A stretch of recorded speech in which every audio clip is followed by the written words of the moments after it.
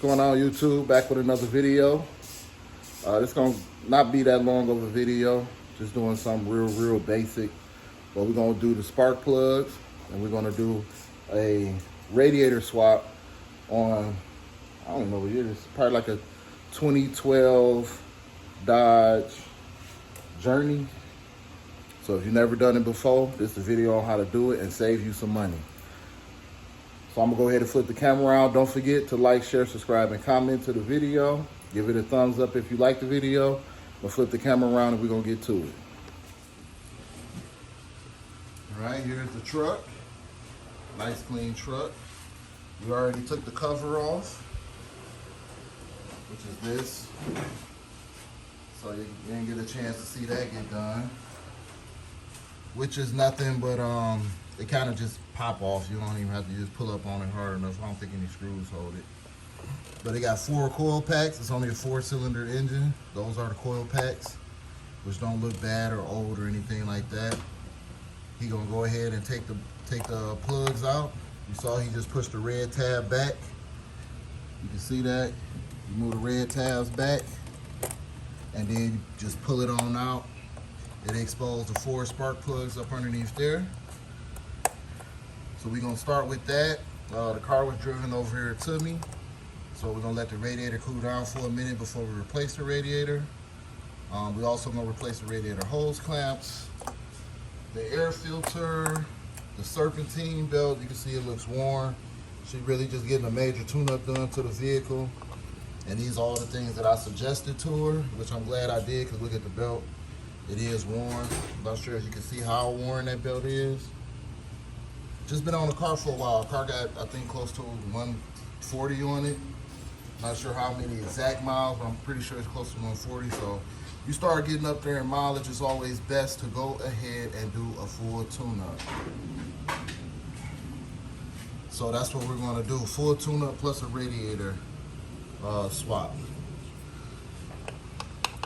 As you can see, what size socket is that? Let's see, T30. So that's a T30. To take those loose, you take those out, and that'll expose the spark plugs. We're gonna cut the video and get back to it, but we can keep rolling at least till you pull one of them out.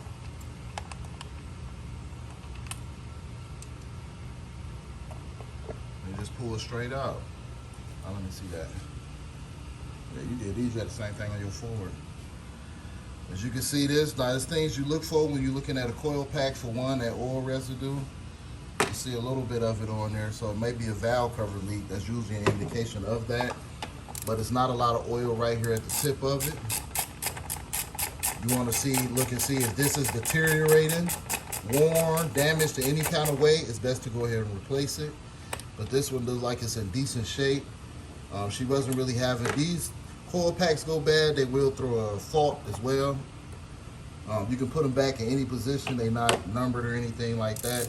They get their firing sequence from the wires, which comes from the timing, which is a whole nother subject. But you also, that's what you want to check for. You want to check this seal, and you want to check this seal to see the condition of it. Make sure it's not cracked, damaged, peeling, rubbing, or anything. If it is, replace it before you start having problems. Now you can see this one got the little white stuff on it. That's just an indication that, you know, it is getting hot. So we're gonna see what these spark plugs look like when we pull them out.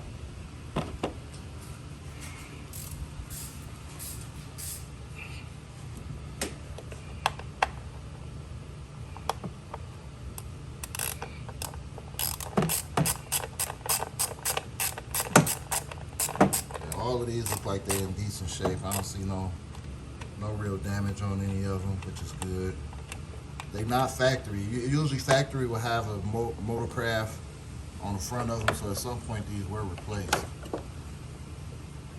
They're not factory. They were like, not motorcraft, it's a Dodge, but they have the factory stamping somewhere on it. If it was OEM.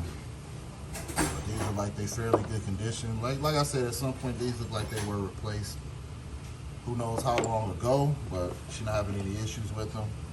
So we're gonna leave it at that. And all of that stuff is smoking hot.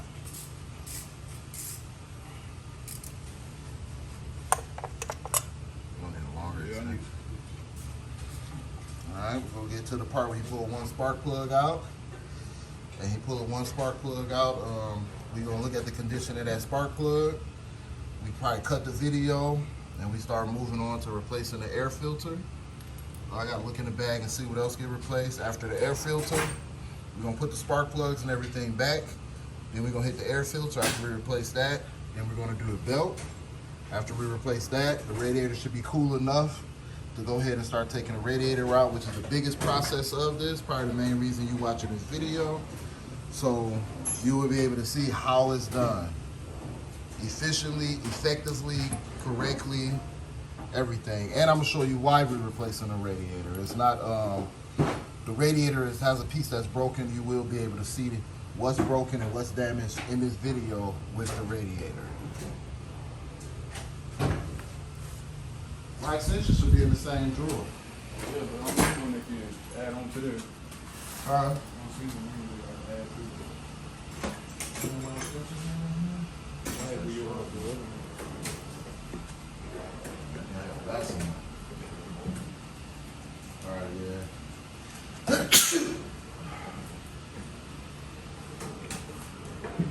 All right, my toolbox. I guess look at that for a hot second. Thought I had an extension.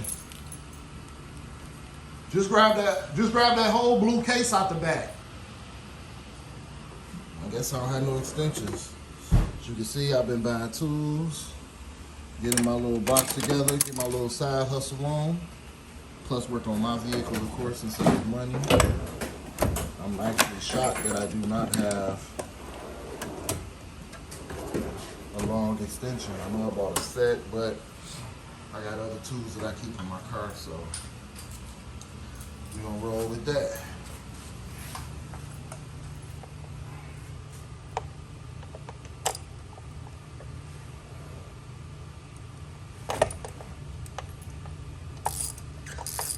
After you pull one spark plug out, I'm gonna take a short intermission and see what the spark plug looked like before the intermission. And then we put it back together and start going to the next thing. I'm gonna try to make this video short, sweet, and to the point. You got a bit? Is it loose? Yeah, it's loose. It ain't grabbing on. Oh, that ain't got that rubber in it. I probably had a socket in there that had the rubber, but I definitely got a magnet. I should have a couple magnets. It's my old beat up magnet. I should have brought my other magnet that I had. But this will lift it out.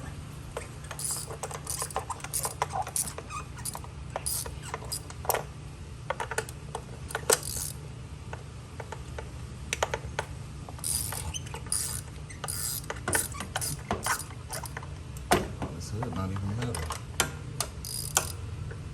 It's interesting. As long as it sticks to the hood. It's a lightweight hood, man. It's not metal. Can't use that magnet. These magnets always come in handy. I suggest them in every toolbox.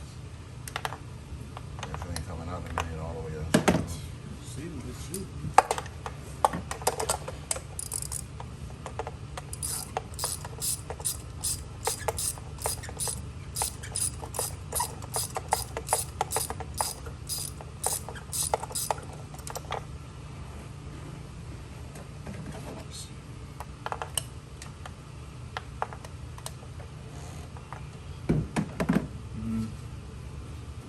Still ain't coming out.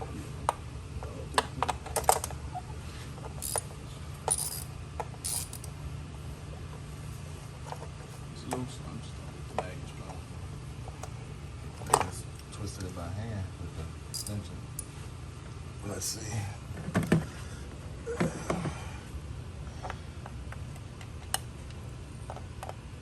Yeah, just took a couple more turns. What you want to do for me?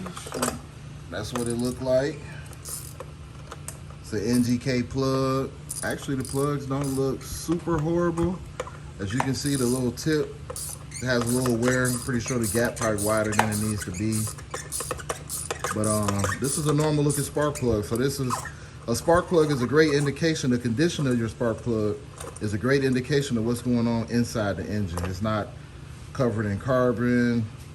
The electrode part of it is not overly worn. It's not a super big gap. It's not getting too hot where it's melting anything. So this is actually a pretty decent looking plug for a used plug. This is what a used plug should look like. So we're gonna finish wrapping this up and we'll get back to the video in a second.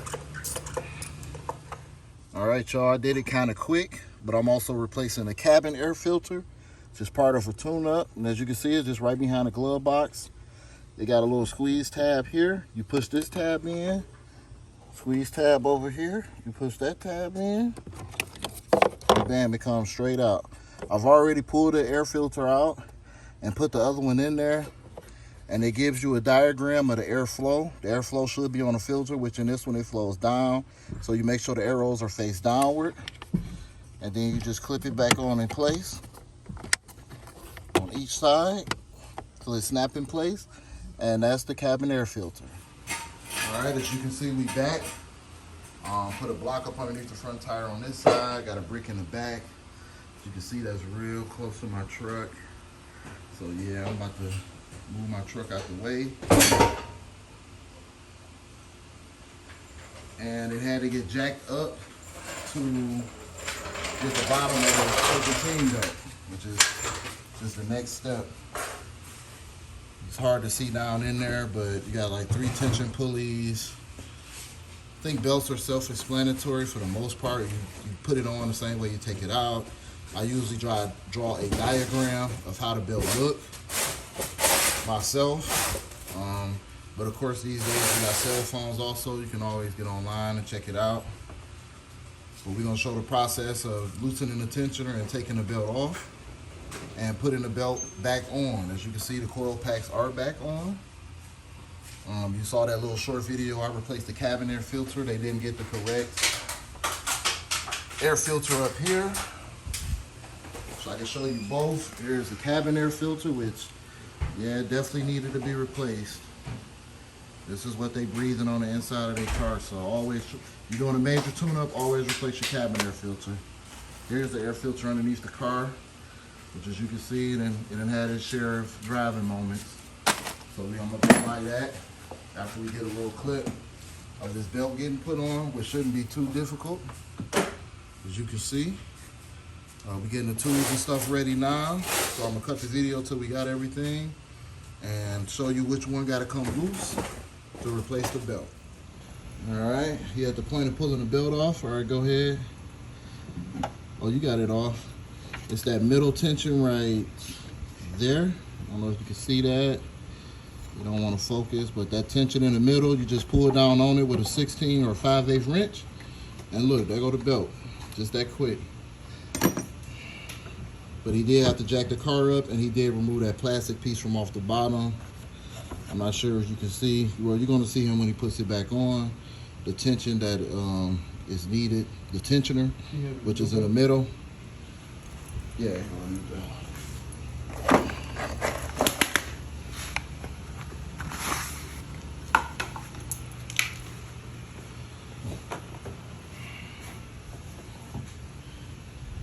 Take it off. Always try to remember the diagram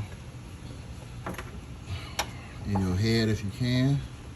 But it looks like I semi-remember here. I'll pull it up on the top. All right, so on the top one.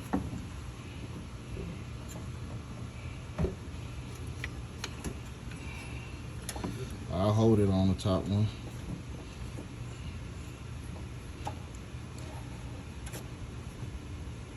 Yeah, one around there.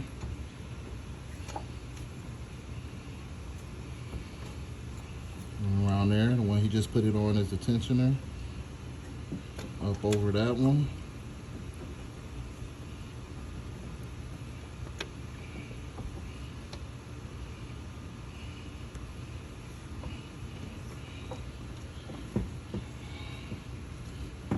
You can see down and around that.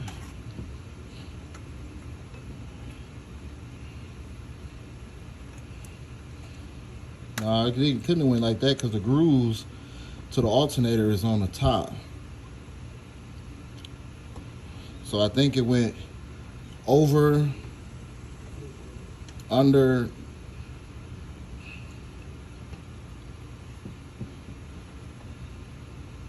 I think could it have gone like over both and down under that? Nope.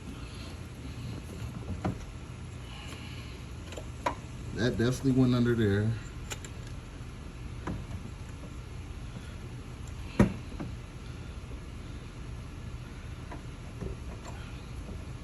So that's why it's best to draw the diagram so I remember how it went.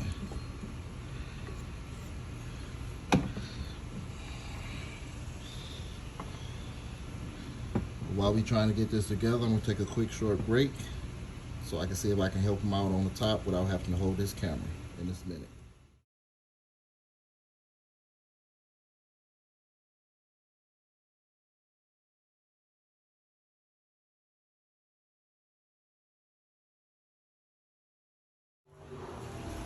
All right, y'all missed it, but we finally got the belt on. As you can see, it took a lot of work too. It's like you was one of them belts you gotta spin the crank to get it on. It was so crazy. It didn't snap on. She probably could have got it a half size bigger and it would have went better, but it's on there. So we on to the next thing. All right, first step is we took the grill off to have more access. We'll just the plastic tabs that hold it in at the top, 4 of them, and then it slide forward to the slots, pull it forward and pop it out. Next is this. Get this out of this setup out of the way. Took this plug off, disconnect the PCV holes, take this clamp off. You get the upper air housing out the way. The bottom air housing, it was just that one screw. The whole thing comes out as an assembly.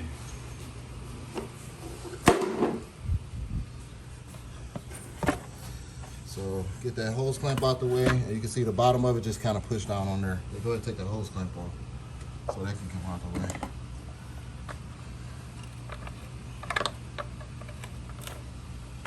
So about 2 hours of daylight. This radiator good. I don't think that O2 sensor gonna be that bad. You can kind of get to it right from over there. Climb on top of the car. Jack the car down a little bit.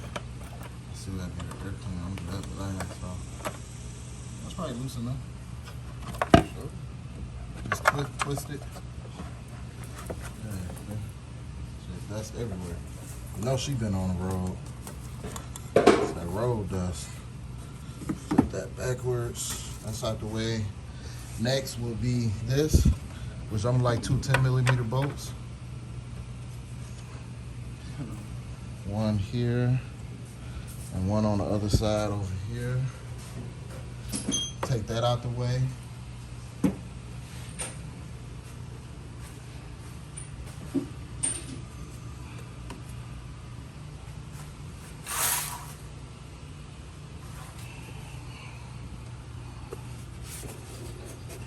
I'm not sure if it's one at the bottom, but I would assume it's slot.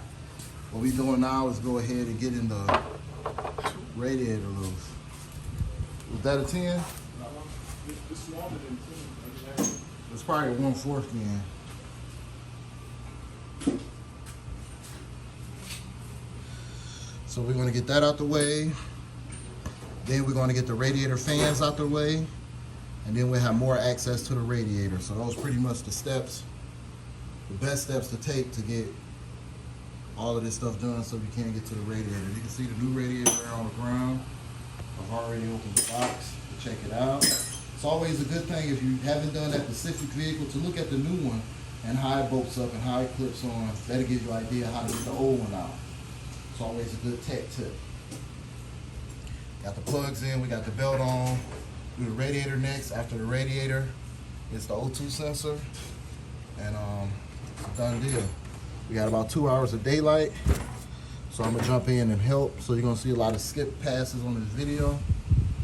And that's about it. So we're gonna get this off and we're gonna take the bolts out for the radiator fan. And then we're gonna get back to the video. All right, I'm sorry I missed some of the video. Like I said, we got the grill out. We got this, the radiator is loose. Was a little bit of a challenge. It snapped in right there. Snap in right here with the condenser. You pull the condenser forward Take the upper radiator hose off, as you can see. It's a bolt. The condenser got a side bolt that bolts into the radiator. So you gotta take that loose first. Then you can pull this back far as it can go. Then you can be able to pull this back, take the upper radiator hose off. And these names, snap clips like this is in on the front on both sides. Now we're gonna take the radiator hose loose from the engine, cause it got the worst kind of hose clamp on it. So we're gonna try to hope to be able to pull it through, which is gonna lose a lot of coolant doing it this way, but I don't think we have a choice because there's no other way to get that hose clamp to even get the radiator through there. Even with it off, I don't know if we can get it. But I'm gonna try to push it through first and see if we can get it that way. If not, then I'm gonna have to pull it in. So we'll show that part of it when we get back to the video in a minute. All right, so we finally got the radiator in. Yes, it was some work. The way they designed this big plastic thing, the holes go through the plastic instead of, you can't reach the factory clamp on this side. This clamp over here was already replaced. Then you got to get it back lined up, clips. It was a mess. It was a mess, but we got it back in there. The wrestling with it for about 45 minutes to an hour, trying to get it back in. And I pretty much had to kind of bust up the old radiator to be able to do it. So other than that, if you want to take it out the right way, you have to take this bumper off, the front bumper, and possibly the headlights just to take this radiator out. So it's crazy. All because they did this. I'm gonna show you. Just give me a second. See that? See this big plastic thing right here? The holes go through there, but you can't reach that factory style clamp. Now the regular style clamp you can, because it'll pull through and you can reach it. So if you're going to replace this, replace that clamp so you never have to go through that again. But that was the issue. So I pretty much had to break the bottom apart and just take it out since I was replacing the radiator anyway. And then it was easy putting a new one on with the new style clamp. Can't really see down in there, but. And that was that. So now we're about to start putting everything else back together and start it up and make sure it don't have a leak. In a minute. All right, I'm gonna go ahead and end this video. The car was a success. I'm gonna flip the camera. Everything's back to normal. It's a big job, but I got it done. Make sure you give this video a thumbs up. Peace.